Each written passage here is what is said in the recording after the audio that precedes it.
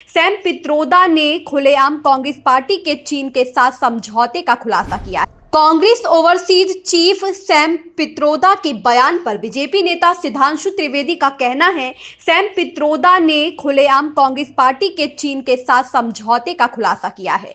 गंभीर बात यह है कि सैम पित्रोदा ने जिस तरह की बात कही है वो भारत की अस्मिता, कूटनीति और संप्रभुता पर बहुत गहरा आघात है। राहुल गांधी भी विदेश में इसी तरह के कई बयान दे चुके हैं। कुछ समय पहले अपने विदेश दौरे पर उन्होंने कहा था कि चीन ने बेरोजगारी की समस्या को बहुत अच्छे से सुलझा लिया है। हमारे 20 जवान शहीद हो गए गलवान, और उसके बाद अगर आपके विदेशी राष्ट्रपति ऐसी भाषा बोलते हैं तो यह निंदनीय है। आवश्यकता है यूनाइटेड टाइम्स समाचार पत्र व यूनाइटेड टाइम्स न्यूज चैनल में निम्न स्तर पर विज्ञापन प्रभारी, ब्यूरो चीफ, संवाददाता की इच्छुक व्यक्ति पुरुष महिला संपर्क करें।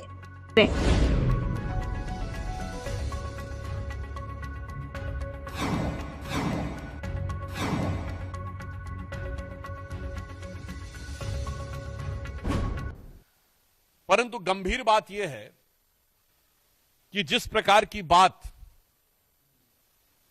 सैम पित्रोदा जी ने कही है वो भारत की अस्मिता, भारत की कूटनीति और भारत की संप्रभुता पर बहुत गहरा आघात है। उन्होंने इस प्रकार की बात कही कि चीन के साथ तो किसी प्रकार का विवाद ही नहीं है, जैसे भारत ही अग्रेसर की भूमिका में, यानी आक्रामक मुद्रा लिए हुए, और ये कोई उनका अलग बयान नहीं है। ये ओवरसीज कांग्रेस के चीफ हैं, यानी समुद्र पारी कांग्रेस के प्रमुख हैं।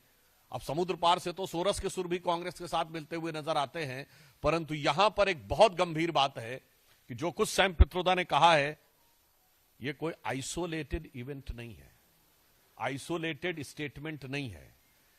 इसी भाव और इसी विचार के अनेक स्टेटमेंट राहुल गांधी पहले दे चुके हैं। याद करिए राहुल गांधी जी ने विदेश में क्या कहा था कि चाइना ने बड़ा संघर्ष करते हुए ऊपर उठने का उदाहरण प्रस्तुत किया है उन चुनौतियों के बीच से। आपको याद हो अभी कुछ दिन पहले के अपने विदेशी दौरे में क्या कहा कि चाइना ने अनएम्प्लॉयमेंट को बहुत अच्छे तरीके से टैकल किया है, जबकि फैक्ट ऑफ द मैटर है इस समय चाइना में एम्प्लॉयमेंट रेट 24% है।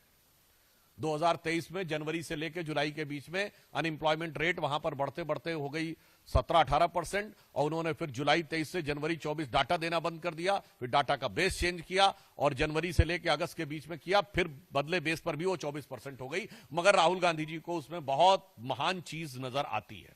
फिर याद करिए यही लोग कहते थे कि चाइना में प्रेस फ्रीडम इंडेक्स में हमसे ऊपर है, जबकि चाइना के डिफेंस मिनिस्टर ली शॉन्गफू गायब हो गए, चाइना के फॉरेन मिनिस्टर क्विंग गैंग गायब हो गए, वहां की सबसे बड़ी कंपनी अलीबाबा के चीफ जैक मा गायब हो गए, परंतु इनको उसमें भी नजर आता था।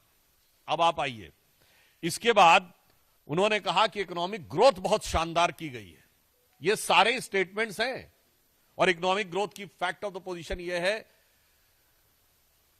कि 2024 में दुनिया की सबसे बड़ी रियल एस्टेट कंपनी जो एक चाइनीज कंपनी थी एवरग्रांड, उसकी लिक्विडिटी हो गई।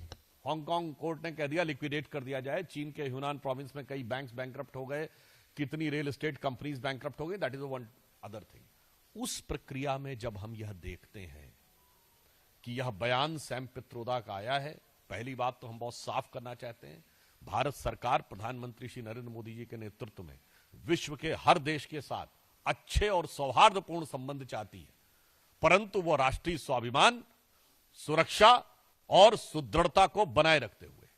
अब इसके बाद उनका यह बयान कहना, तो मैं पूछना चाहता हूं यह गलवान के शहीदों का अपमान है कि नहीं? मैं कांग्रेस पार्टी से सीधे पूछना चाहता हूं। गलवान में जो हुआ, हमारे 20 सैनिक बलिदान हो गए, और उसके बाद यदि आपका ओवरसीज का चीफ इस प्रकार की भाषा बोलता है तो यह निंदनीय है, भर्त्सना योग्य है, और यह भारत और भारतीय सेना, भारतीय सैनिकों के बलिदान का